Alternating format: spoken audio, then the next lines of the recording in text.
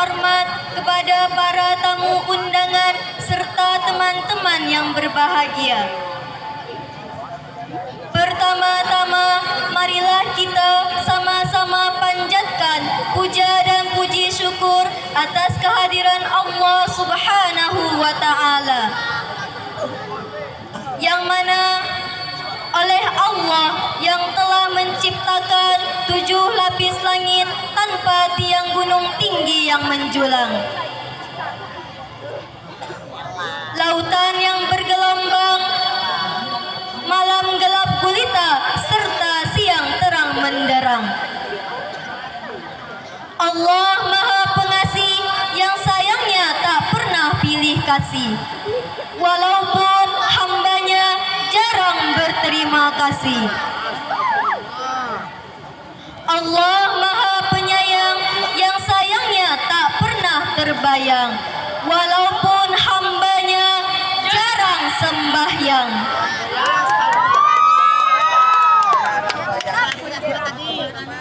Langkah yang kedua, salawat berangkaikan salam, berjalur rindu berangkai cinta, tak pernah lelah letihnya kita hadiahkan kepadanya, seorang pemuda padang pasir yang lahir pada subuh Senin. Patung-patung di Ka'bah jatuh terjungkir. Siapakah beliau hadirin? Beliau adalah raja di atas raja gurun pasir, super power king of the king, yaitu Nabi Muhammad Sallallahu Alaihi Wasallam. Masalah terbesar yang dihadapi manusia sejak zaman dahulu hingga saat ini adalah masalah dekadensi moral. Demikian ungkapan Al-Ala Al-Mautubi dalam bukunya Etika Propoint of Islam. Kini di tengah-tengah kehidupan kita di dalam berbangsa dan bernegara, masalah kerusakan moral yang menjala dan mewabah berbangga dalam bidang kehidupan. Perhatikan, perjudian, perzinahan, mabuk-mabukan, budaya korupsi dan nepotisme. Bahkan akhir-akhir ini kita masih mendengar betapa prioritas pemimpin kita saling memalukan, memilukan, serta mengkhawatirkan. Sebagai jawaban yang beradab, sebagai bangsa yang beradab dan berakhlak, pertanyaannya, apakah mungkin akan terbentuk suatu bangsa yang thayyibah jika pemimpinnya tidak memiliki akhlakul karimah? Tidak mungkin. Oleh karena itu, betapa pentingnya peran akhlak dalam membangun suatu bangsa.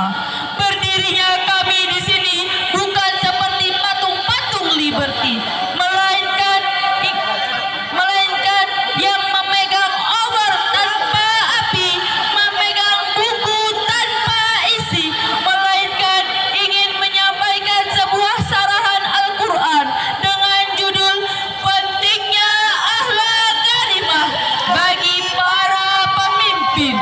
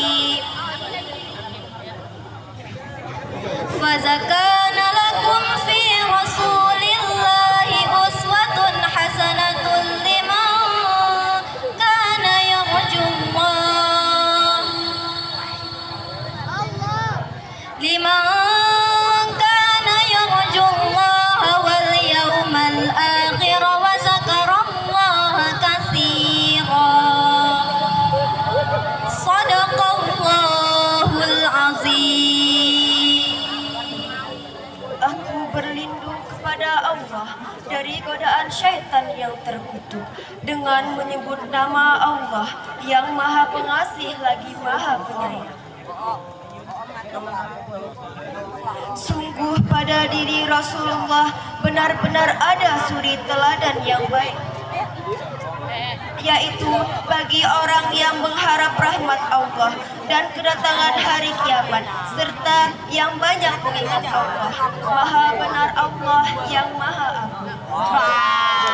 Imam Ali Asy-Syahbuni dalam Sabhatul Tafsir jilid 2 halaman 520 menjelaskan bahwa ayat tadi menginformasikan dan menegaskan untuk kita sungguh-sungguh telah ada pada diri Rasulullah itu suri tauladan yang baik bagimu. Sejalan dan sejalin dengan kandungan ayat tadi, Sayyidina Aisyah radhiyallahu berkata, wal Qur'an. Muhammad is the walking Quran. Akhlak Rasulullah ibarat Al-Quran yang berjalan. Pertanyaannya, bagaimana akhlak pemimpin bangsa jika dikaitkan dengan kandungan ayat tadi? Alhamdulillah hadirin, di tanah air tercinta ini tidak sedikit para pemimpin yang memiliki akhlak terpuji dan patut diteladani. Namun hadirin, kita tidak mungkin menutup mata. Masih banyak para pemimpin kita yang bejat, berani menerima uang rakyat, tidak amanah, bergelimbang maksiat, berguna di kawasan korupsi yang bejat. Nauzubillah summa nauzubillah. Bahkan kita Indonesia saat ini menangis, menjerit, merintih, dan taulah sebagai para pemimpin yang hanya mengejar kursi jabatan dan popularitas diri. Betul hadirin? Pertanyaannya, bagaimana akhlak Rasulullah dalam memimpin sebuah bangsa?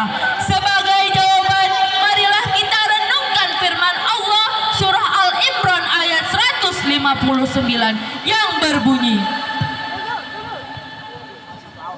A'udzu billahi minasy syaithanir rajim. Bismillahirrahmanirrahim. Likafa'fu anhum wastaghfir lahum fil amr. Fa idza azamta fatawakkal 'ala Allah.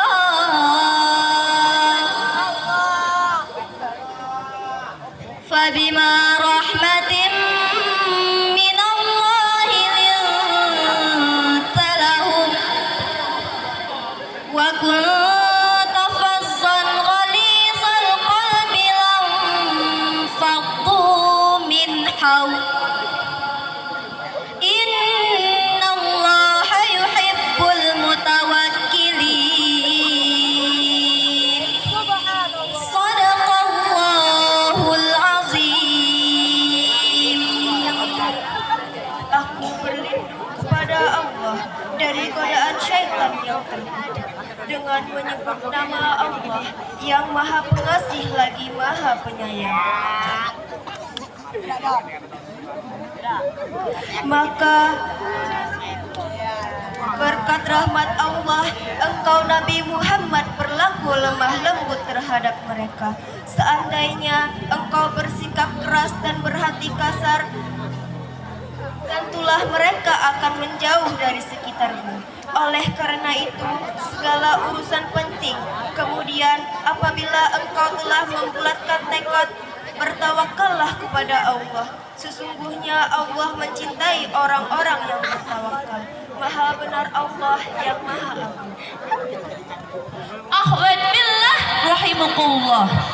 Para Profesor Dr. Muhammad Quraisy Shihab dalam tafsir Al-Misban jilid 2 halaman 255 sampai 263 menjelaskan bahwa ayat tadi mengandung 3 cara Rasulullah dalam berdakwah yang berisi pesan moral bagi pemimpin bangsa.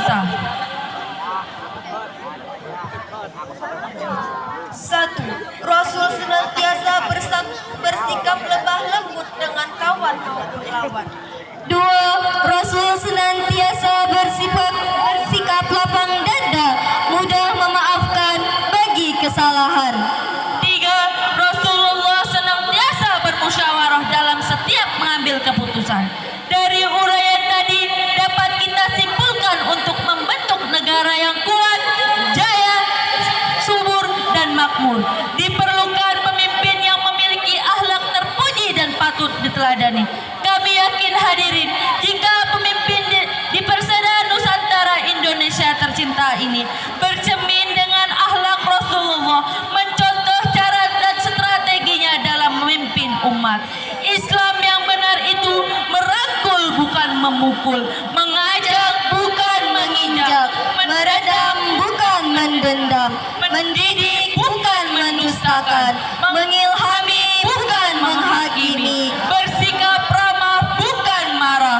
Jika hal ini terlaksanakan hadirin, maka bangsa kita akan menjadi bangsa yang semakin jaya, terhindar malapetaka, dan senantiasa mendapat ridha Allah Subhanahu wa taala.